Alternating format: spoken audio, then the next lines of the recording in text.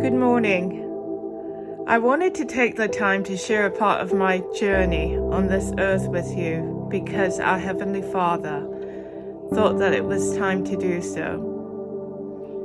It took some time to get this out because I wanted to make sure that it was coming from a place of peace, a place of good, a place of tranquility, a place where I would no longer be breaking down or crying or feeling emotional, but being able to share God's journey with me and how much He has come through for me in the past, and the fact that He continues to be the driving force each and every day in my life. Many years ago, I had a manager that was really difficult, always asking me to go above and beyond, so much work to get done, new systems, just so much that where work-life balance was no longer possible. I ended up working Monday to Saturdays, bringing my kids in, often sometimes Sundays, but it was the type of leadership that no matter what I did, and believe me, I come from a place of positivity and where I was brought up to always respect and to show kindness and kill them with kindness is what my mom always says, which means no matter how much dirt they toss on you, that you just continue to not allow that to break that positivity from your life. And it did not work. I did everything. That if they brought their kids in to work, I would go downstairs and buy a book to make sure that the kid had a book, sign it from our team to that kid, and just trying to do all I could to see if my positivity would somehow change this manager's outlook on how they portrayed their management skills on me. If a colleague of mine needed my assistance and I would get up to go over and help, somehow that manager would come from wherever they were and would come up and demand that I return to my desk, and if that colleague needs help, that they would help them. And I'm trying to put it nicely, but it was never said nicely back then. But I would hold my head down and go back to my desk and do my work. It got to the point where this manager went away on leave for, I think it was a couple of weeks, and returned, and I thought, you know what a big break. I went into work, I felt liberated, even though I was still doing the excess work of getting in really early in the morning before 7 o'clock and leaving late at night, 7, 8 o'clock at night, and only being paid a salary, so you're not getting paid overtime or anything like that, which I really don't care, because here in Canada you do overtime, it just goes to the government, right? You really don't get any money from it. But the fact is, just doing all that and thinking that this manager is going to return, that they're going to be in a better frame of mind, all that stuff, no, it was the same thing. And in fact, I think it got 7 or 10 times worse the first day they got back, and it was just on me. And I got to the point where I broke, not in a sense where I became rude or belligerent or anything like that. I broke into tears because I couldn't fathom in my mind why it is that you continue to do good in this life, but bad is returned to you tenfold over. And I got to the point where I had pretty much a nervous breakdown. I ended up having to go through counseling for about 6 months. I took 6 months off. I tried to go through short-term disability to see if the job would support it, knowing what I was going through, and they wouldn't support it. So for 6 months, I had to take time to work on me, getting me back. I realized I wasn't just there for the job, but I was there because I had to be a wife. I was a sister-in-law. I was a mother to my kids, and I was broken. Through my prayers and faith in God, I was able to recover, and I went back to work. And of course, through HR, they gave me a new manager, and I thought that things were okay, like at least things were okay with that manager. But the backlash that came from the fact that I had reported that previous manager that I had did not go down well when I returned. And I'll explain. The upper head for this manager basically told me that this individual was like a son to them, which meant that there would be no backlash, of course. You know, it's a conspiracy thing with leadership.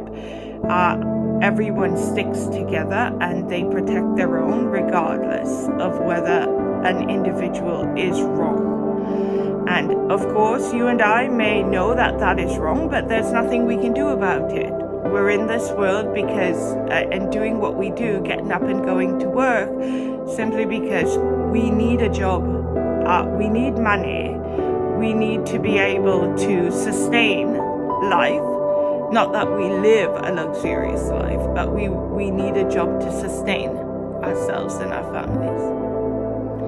And when I returned, I should say, I normally park my vehicle at the exact same spot because I'm a woman that's always wanting to know security and what's going on. So I made sure to park right on the security cameras right in front, where the security guard has full view of my vehicle.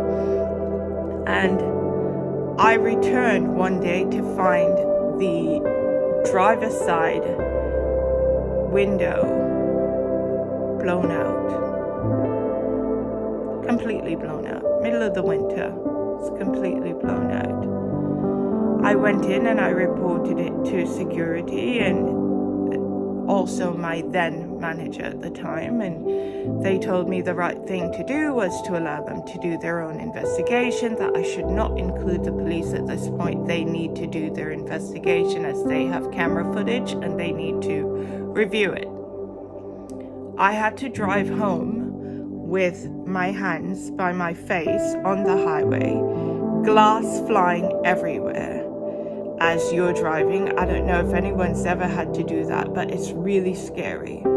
I got home. My husband's a mechanic, so we always have 5 or 6 cars in the driveway that are insured, ready to go. And we had then my 2 sons, and plus my husband and myself. We live in the country area. There's no buses, nothing like that. So you kind of need to make sure that you have a vehicle at all times to go. The next day, I drove my Cadillac Escalade to work. Now, my husband and I often carpool, so me drop him off at work. It was a Friday, I remember.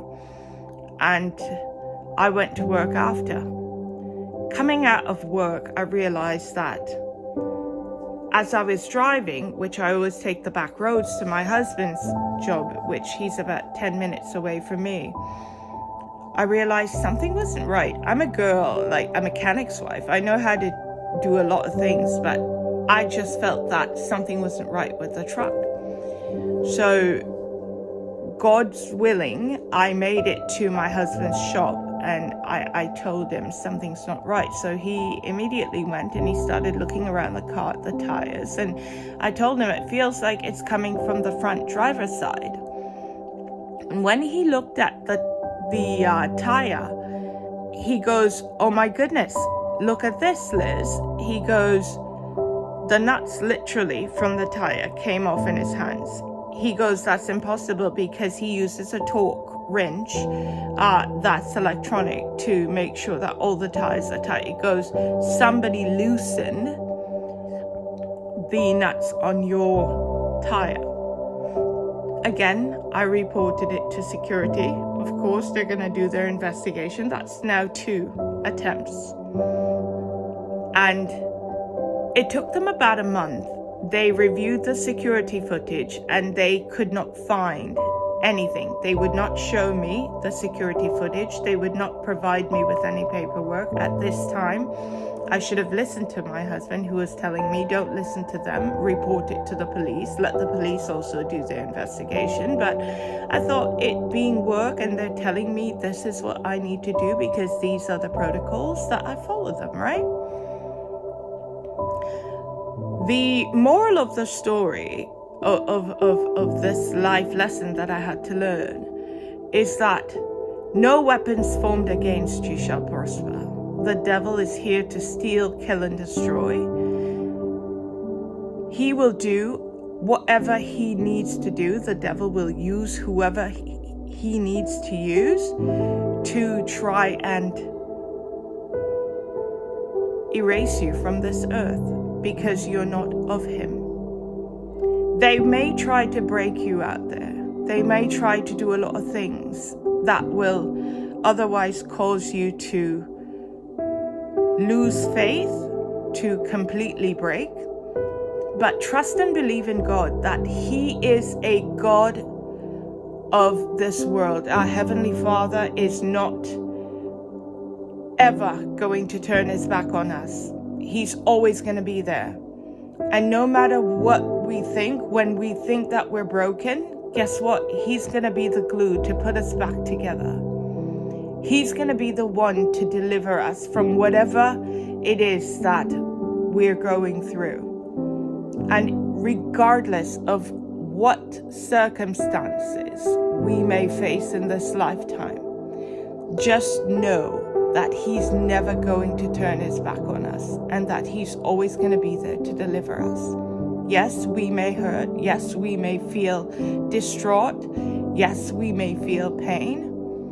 But as long as we choose to trust in God and to put our faith in him at all times, he will always be there for us.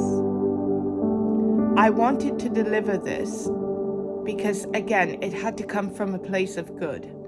I asked me to tell you this a year ago, and I would completely break apart in front of this camera, and I had to make amends with it. And we're going back 9-10 years now, I think. But I wanted to make sure that whoever is going through something similar, that you know that do not allow them to break you. Get down on your hands and knees. I'm on my hands and knees as I pray every morning, reading my Bible. Get down on your hands and knees and pray to God and ask for deliverance. He's never going to let you down. He's always going to be there for you. I hope that this message meets and greets the one that needed the most.